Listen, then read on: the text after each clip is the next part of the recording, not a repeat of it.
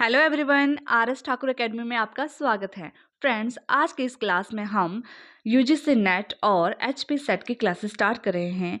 आज हम paper 1 unit 10 higher education की फर्स्ट क्लास ले रहे हैं, जिसमें आज की हमारी क्लास का रोड मैप इस तरह रहने वाला है। सबसे पहले हम एजुकेशनल रिचुअल्स देखेंगे, कौन कौन से शिक्षा के संस्कार हैं। फिर उसके मल्टीपल चॉइस क्वेश्चंस प्रैक्टिस करेंगे। After that previous years questions देखेंगे कि इस टॉपिक से प्रीवियस ईयर्स जो भी हिमाचल के हुए, एमपी, राजस्थान, हरियाणा और यूजीसी नेट में कौन कौन से एग्जाम में मतलब किस किस कौन कौन से क्वेश्चंस इस टॉपिक से आए हुए हैं। चलिए स्टार्ट करते हैं आज की क्लास। प्राचीन शिक्षा के प्रमुख संस्कार। जो प्राचीन काल में बच्चों को जो शिक्षा दी जाती थी, उस शिक्षा का देने का मुख्य उद्देश्य केवल अक्षरों का ज्ञान देना ही नहीं था, ठीक है, बल्कि व्यक्तित्व का निर्माण करना भी था। ठीक है, चलिए देखते हैं कौन कौन से संस्कार थे।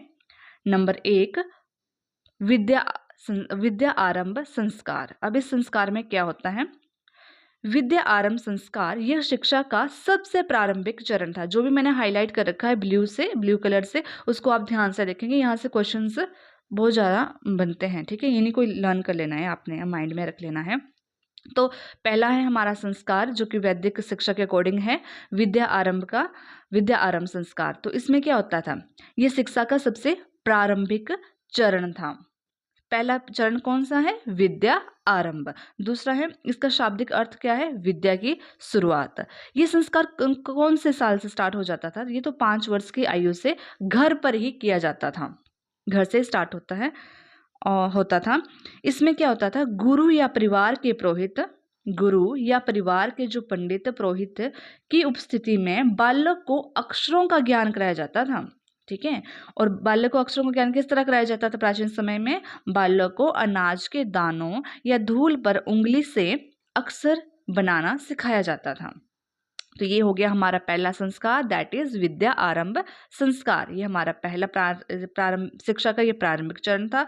इसी को विद्या आरंभ या विद्या की शुरुआत नाम से पता चल रहा है, इसका मतलब ये है। और ये कौन से साल से स्टार्ट हो जाता था? 5 वर्ष की आयु से। ये ध्यान रखना है, 5 वर्ष की आयु से स्टार्ट हो जाता था। चलिए हम दूसरा संस्कार देखते हैं। प्राचीन काल में शिक्षा का दूसरा संस्कार का नाम है उपनयन संस्कार। अब इस संस्कार में क्या होता था? यह प्रणाली जो है, यह शिक्षा प्रणाली का सबसे महत्वपूर्ण और अनिवार्य संस्कार था। जिसे जनेऊ संस्कार भी कहा जाता है। इसका अर्थ क्या है? उपनयन का अर्थ क्या है? उपनयन का अर्थ है गुरु के पास ले जाना। मतलब पहले तो विद्या आरंभ घर में हुई ना, अब यहाँ पे क्या हो? उपनयन में ये हुआ कि बच्चा जो है गुरु के पास चला जाता था। और इसका महत्व क्या है? इस संस्कार के बाद बालक को द्विज मीन्स 2 बार जन्मा, ट्वाइस बर्थ बोलते हैं, ठीक है, कहा जाता था। ये इंपॉर्टेंट है, इससे बहुत बार ये बहुत सारे एग्जाम में इसका क्वेश्चन आया हुआ है। द्विज शब्द को ध्यान रखना है आपने।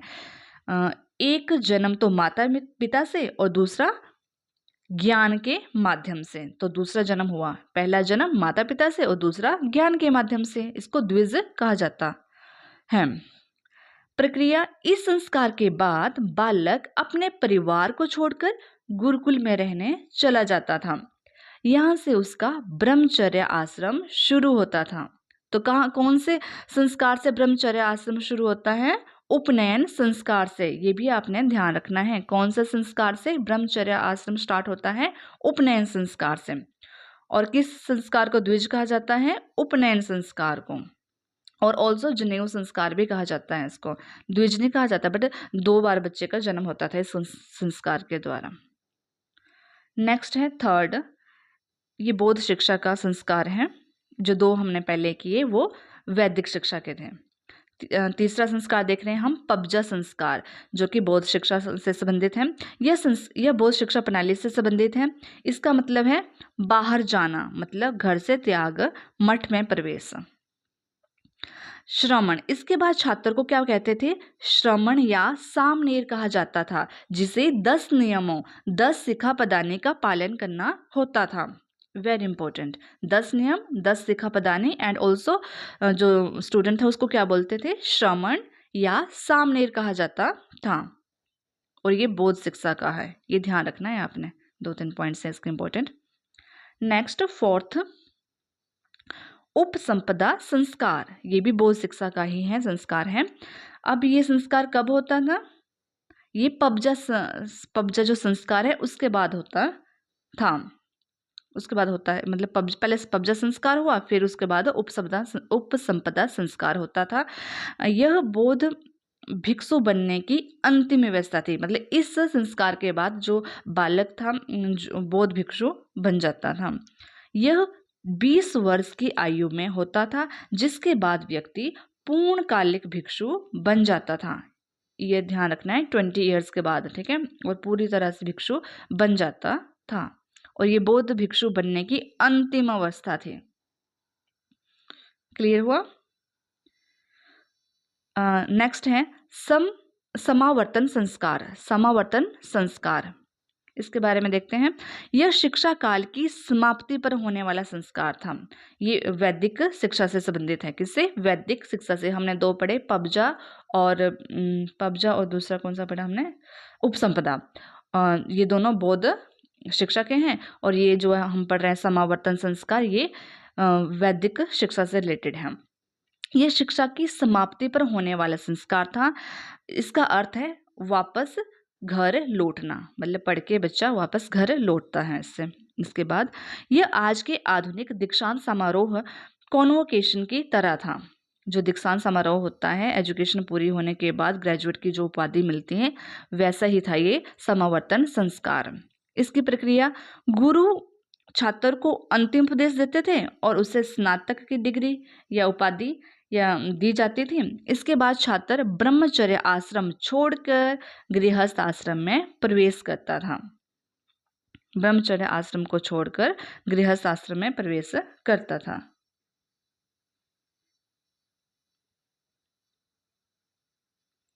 यहाँ पे मेरे से एक पॉइंट छूट गया, शायद मैंने आपको बताया नहीं। जो उपनयन संस्कार है, यहाँ पर ब्राह्मण के लिए 8 वर्ष की आयु थी जब एंटर होता है ना, गुरु के पास जाता था।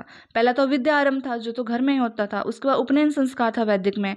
तो वो कब कौन सी आयु से स्टार्ट होता था? तो वर्णों के अनुसार अलग अलग आयु थी इसकी। तो ब्राह्मण के लिए 8 वर्ष थे, क्षत्रिय के लिए 11 वर्ष और वैश्य के लिए 12 वर्ष। इसको ध्यान रखना, ब्राह्मण के लिए 8 वर्ष, ठीक है। तो ब्राह्मण, सबसे पहले ब्राह्मण आ गया, उसके 8 वर्ष।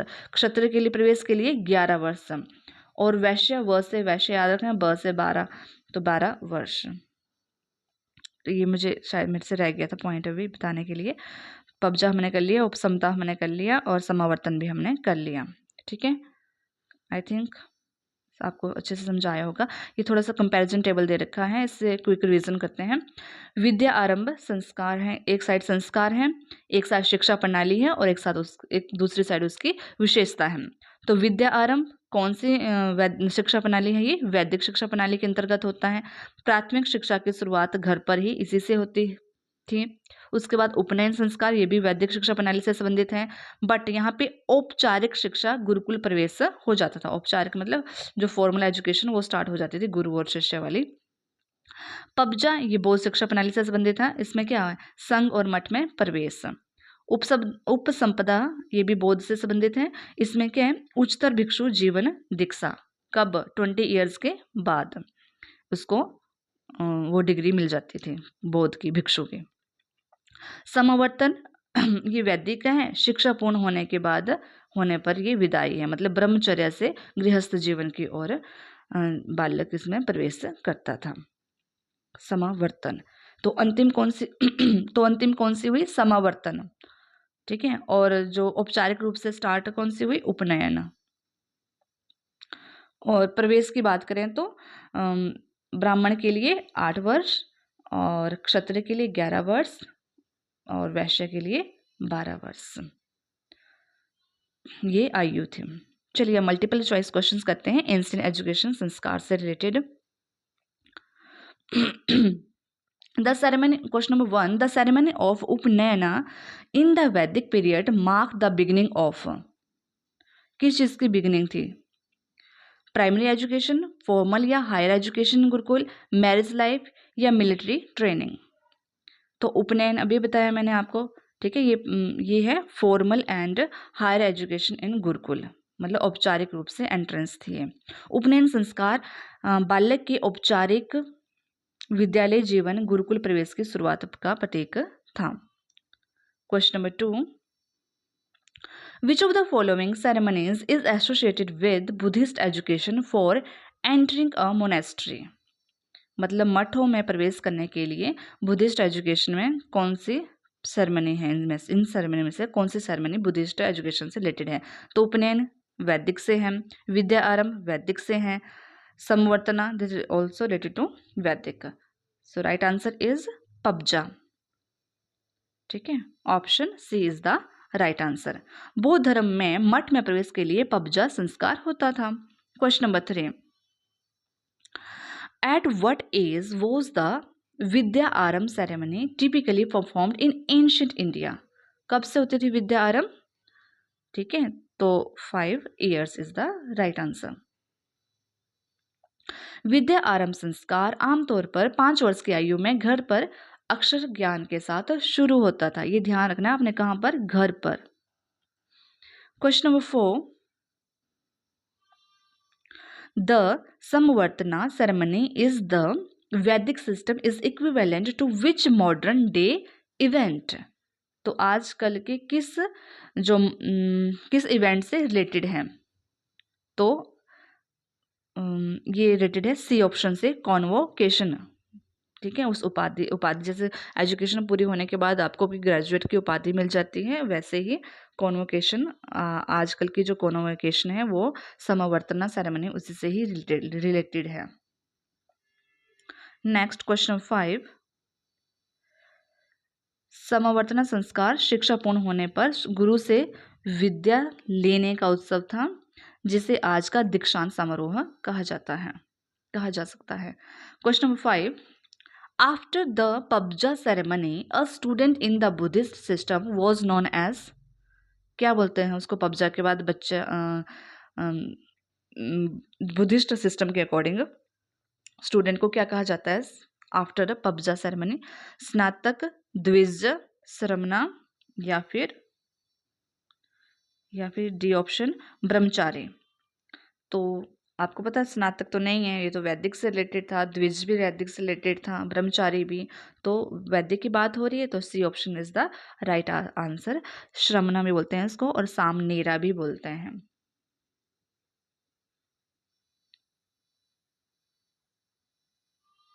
क्वेश्चन नंबर 6, मैच करना है। यहाँ पर आपको सेरेमनीज दे रखी हैं और एक साइड ये देख लेना, श्रमण और सामनेर कहा जाता है पबजा संस्कार के अनुसार स्टूडेंट को। हाँ, तो क्वेश्चन नंबर 6 की बात कर रहे थे हम लोग। सेरेमनी दे रखी है और एक साइड डिस्क्रिप्शन दे रखा कि उपनयन संस्कार का क्या मतलब है, उपसंपदा का, विद्या आरंभ का, संवर्तना का।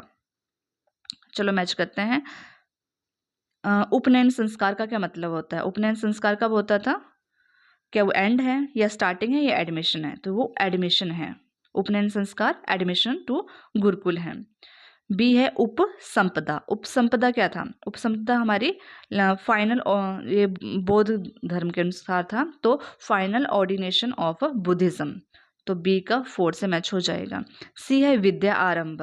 विद्या आरंभ ये रहा second, that is starting of alphabets, जो कि घर में सिखाया जाता था उनको, स्टार्टिंग सिर्फ अल्फाबेट सिखाए जाते थे। डी है समवर्तना, तो end of the education according to Buddhist education, according to वैदिक एजुकेशन। क्लियर? तो ये हमारे मैच कर रहे हैं options. Option A is the right answer. Question number 7, the word उपनयना लिटरली मीन्स? उपनयना का मतलब क्या है? To give a gift, to take away, to bring new to the teacher, या टू चैंट मंत्रा। तो गिफ्ट की तो कोई बात नहीं हो रही थी, उपनयन की बात हो रही है, तो क्या होगा इसका? To bring new to the teacher. C is the right answer. उपनयन का शाब्दिक अर्थ है गुरु के समीप जाना। Question number 8, which among of the following was the final ceremony for a Buddhist monk to become a permanent member of the Sangha? संघ का परमानेंट मेंबर बनने के लिए फाइनल सेरेमनी कौन सी थी बुद्धिस्ट मॉन्क बनने के लिए? ठीक है, to become a permanent member संघ में, तो पबजा, उपसंपदा, समवर्तना या फिर जातका?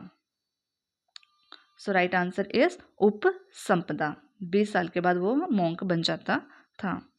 उपसंपदा संस्कार 20 वर्ष की आयु में होता था, जो छात्र को संघ का स्थायी सदस्य या भिक्षु बनाता था। क्वेश्चन नंबर 9,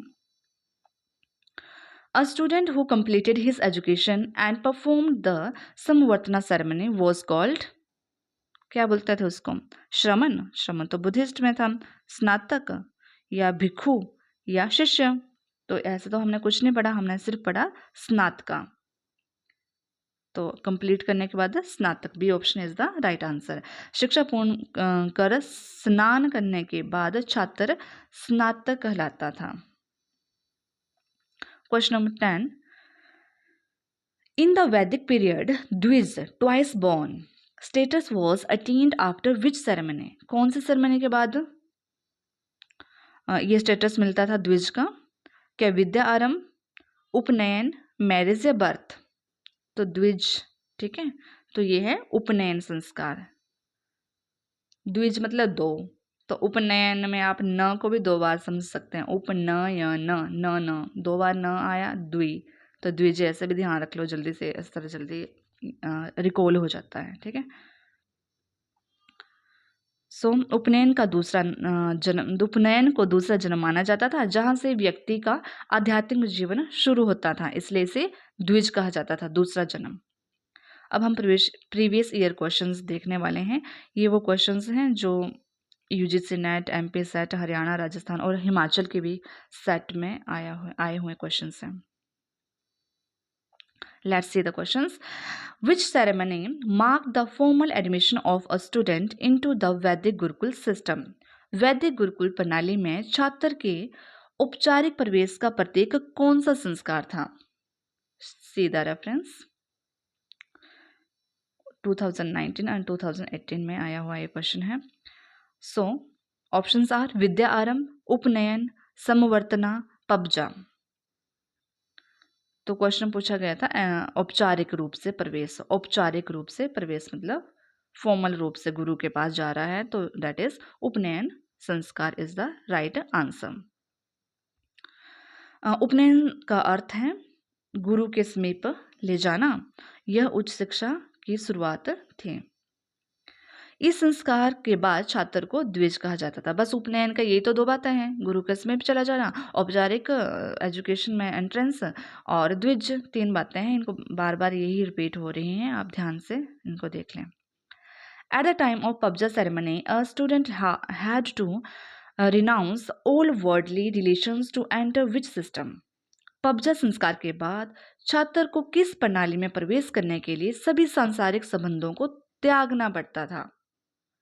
ठीक है, ये भी इजी क्वेश्चन है। तो पबजा की बात हो रही है, पबजा के अबोध प्रणाली से संबंधित हैं। तो किस छात्र को किस प्रणाली में प्रवेश करने के लिए सभी, तो वह बौद्ध शिक्षा प्रणाली में एंटर करने के लिए। So C option is the right answer, Buddhist education, बौद्ध शिक्षा। पबजा बौद्ध मठों में प्रवेश का प्राथमिक संस्कार था। इसका अर्थ है बाहर जाना या घर से मठ की ओर जाना। क्वेश्चन नंबर 3, द समवर्तना ceremony was performed to mark which stage of education? Which stage of education? समवर्तना संस्कार शिक्षा के किस चरण को चिन्हित करने के लिए किया जाता था? समवर्तना संस्कार, ठीक है, तो कौन से स्टेप के चरण की बात हो रही है यहाँ पर? बिगिनिंग की बात हो रही है, एडमिशन की बात हो रही है, कंप्लीशन की बात हो रही है, या स्टार्टिंग की बात हो रही है? तो आपको पता है समवर्तना जब ब्रह्मचर्य को छोड़कर बालक जो है गृहस्थ में प्रवेश करता है, उसको बोलते हैं completion of education, that is शिक्षा की समाप्ति या पूरा पढ़ाई पूरी कर ली। C option is the right answer. शिक्षा की समाप्ति, यह गुरुकुल से विदाई का समय होता था। यहाँ छात्र स्नातक बनकर गृहस्थ जीवन में लौटता था। इसे आज के कॉन्वोकेशन दीक्षांत समारोह के समान माना जाता है। Question number 4, after 12 years of study and completion of education, the student was called? 12 साल के अध्ययन के बाद, स्टडी के बाद, एजुकेशन पूरी होने के बाद छात्र को क्या कहा जाता था? क्या ब्रह्मचारी, स्नातक, भिक्षु या श्रमणा? तो 12 साल अब पढ़ते हैं ना आप लोग, 12 साल, ठीक है, फर्स्ट लेकर 12th तक, तो स्नातक बोलते हैं क्या उसको? 12 वर्ष के अध्ययन और शिक्षा पूर्ण होने के बाद छात्र को क्या कहा जाता था उस टाइम? तो स्नातका कहा जाता था। So right answer is option B, that is स्नातक। समावर्तन संस्कार के बाद छात्र पवित्र स्नान करता था और उसे स्नातक कहा जाता था। स्नातक शब्द का आधुनिक अर्थ ग्रेजुएट यहीं से आया है। क्वेश्चन नंबर 5, द उपसंपदा ritual in Buddhist education was performed at the age of? कौन सी एज में होता था ये संस्कार, उपसंपदा अनुष्ठान, रिचुअल? सीधा रेफरेंस हरियाणा सेट 2019 में भी आया हुआ है, यूजीसी नेट में 2022 में भी ये क्वेश्चन देखा गया है। सो उपसंपदा की बात हो रही है, 8 years, 12 years या 20 years? तो राइट आंसर इज 20 years।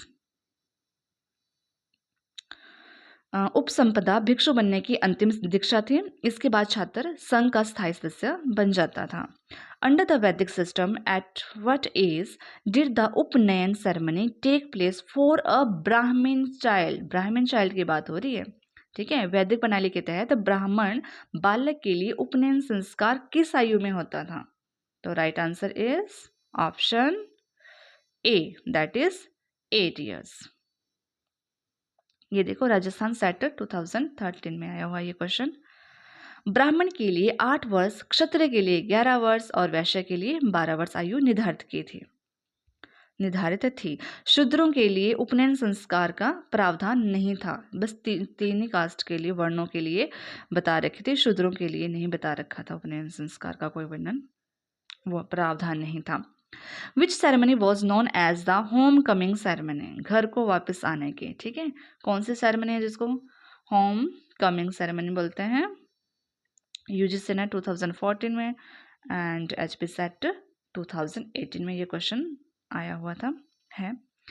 तो राइट आंसर इज विद्या आरंभ, ये तो स्टार्टिंग है। उपनयन ये भी स्टार्टिंग है लेकिन गुरुकुल में स्टार्टिंग है। समावर्तन पब्जा भी स्टार्टिंग है लेकिन बौद्ध के अनुसार है। और समावर्तना ये है कंप्लीशन, तो कंप्लीट होके कहाँ जाएंगे? घर जाएंगे। छात्र गुरुकुल में अपना अध्ययन पूरा करने के बाद अपने माता पिता के घर लौटता था। यहाँ से उसके सामाजिक और पारिवारिक उत्तरदायित्व शुरू होते थे।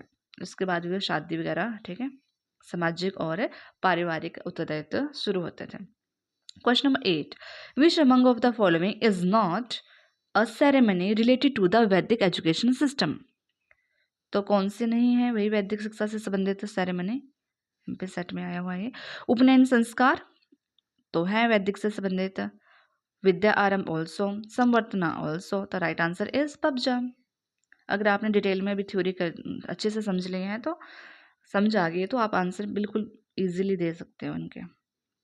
पब्जा बौद्ध शिक्षा प्रणाली का हिस्सा था, वैदिक का नहीं था, और जो बाकी विकल्प है वो वैदिक के अंग है।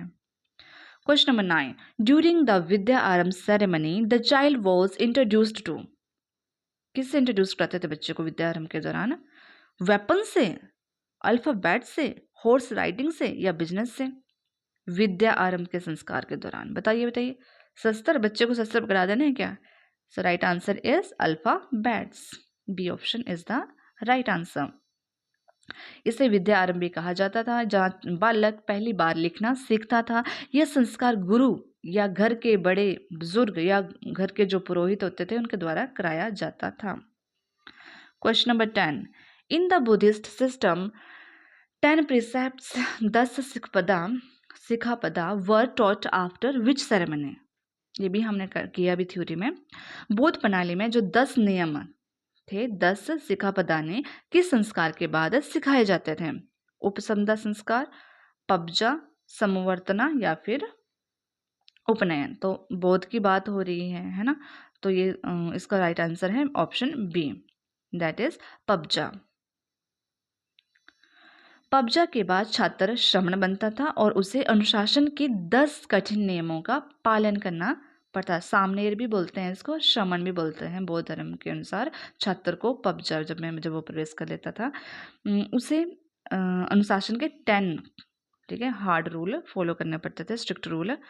इसमें अहिंसा, चोरी न करना और सत्य बोलना जैसे नियम शामिल थे।